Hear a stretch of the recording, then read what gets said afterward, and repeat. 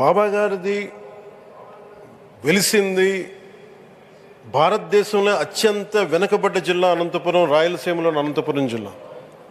ఆయన పుట్టుక కూడా అత్యంత వెనుకబడ్డ జిల్లా, నీటికి కూడా కొరత ఉండే జిల్లా, వలసలు వెళ్ళిపోయే జిల్లా. అలాంటి జిల్లాని ఎంచుకున్నారు ఆయన జన్మకు కూడా. అందుకని అలాంటి జన్మ తీసుకున్నాడంటే మహానుభావులే తీసుకోగలరు. ఒక 40 సంవత్సరాల క్రితం ఎవరైనా ఊహించుకోగలమా? దేశ విదేశాల నుంచి చాలామంది భక్తులు, విదేశీయులు అందరూ వచ్చి దీని అభివృద్ధికి పాటుపడతారని. సో ఒక ఆధ్యాత్మిక తేజస్సు, విశ్వ ప్రేమ ఉన్న వ్యక్తుల వల్లే ఇది సాధ్యం. అలాంటి వ్యక్తుల కోసం ప్రత్యేకించి గౌరవ ప్రధానమంత్రి నరేంద్ర మోదీ గారికి ఇష్టమైనది ప్రజలందరికీ కనీసం ఒక 50 లీటర్ల నీళ్లు ఇవ్వాలి, అది రక్షిత మంచినీరు ఇవ్వాలి. అలాంటి పథకం, ఒక 50 లీటర్ల నీళ్లు కనీసం ఇవ్వాలి అనేది ఒక వ్యక్తికి ఆ సంకల్పం నరేంద్ర మోదీ గారు దీన్ని ముందుకు తీసుకొచ్చారు.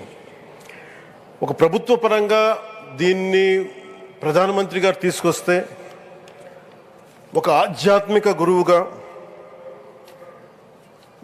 ఏ ప్రభుత్వం ఆలోచించినప్పుడు, ప్రభుత్వాలే దీని గురించి సగటు వ్యక్తికి నీరు ఎలా అందించాలనుకున్నప్పుడు దాన్ని ఆలోచించింది సత్యసాయిబాబా గారు ఆలోచించారు.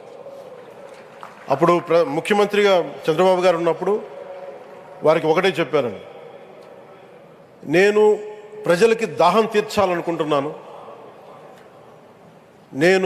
నాకు తెలిసిన భక్తులు, ఒకే ఒక భక్తులు, ఒక ఆయన సింగిల్ హ్యాండెడ్గా 400 crores 400 కోట్ల రూపాయలు ఈ పథకానికి, సత్యసాయి ఈ పథకానికి ఇస్తాను, దాహం తీర్చే పథకానికి ఇస్తాను అంటే, దానికి ఆ రోజున ప్రత్యేకించి అలాంటి పర్మిషన్స్కి వీటికి కొంచెం కష్టాలు ఉన్నప్పుడు గౌరవ ముఖ్యమంత్రి నారా చంద్రబాబు నాయుడు గారు వీటికి అండగా ఉండి ఈ సత్యసాయి, ఈ దాహం తీర్చే ఈ పథకానికి, అంటే మనం చెప్పాలంటే ఈ జల్ జీవన్ మిషన్ అంకురం సాయిబాబా గారు చేశారు ఇక్కడ. ఇది తమిళనాడులో కానీ, తెలంగాణలో కానీ, మిగతా అన్ని రాష్ట్రాల్లో కూడా ఈరోజు చేయగలుగుతున్నామంటే దానికి అంకురం సాయిబాబా గారు అందించారు.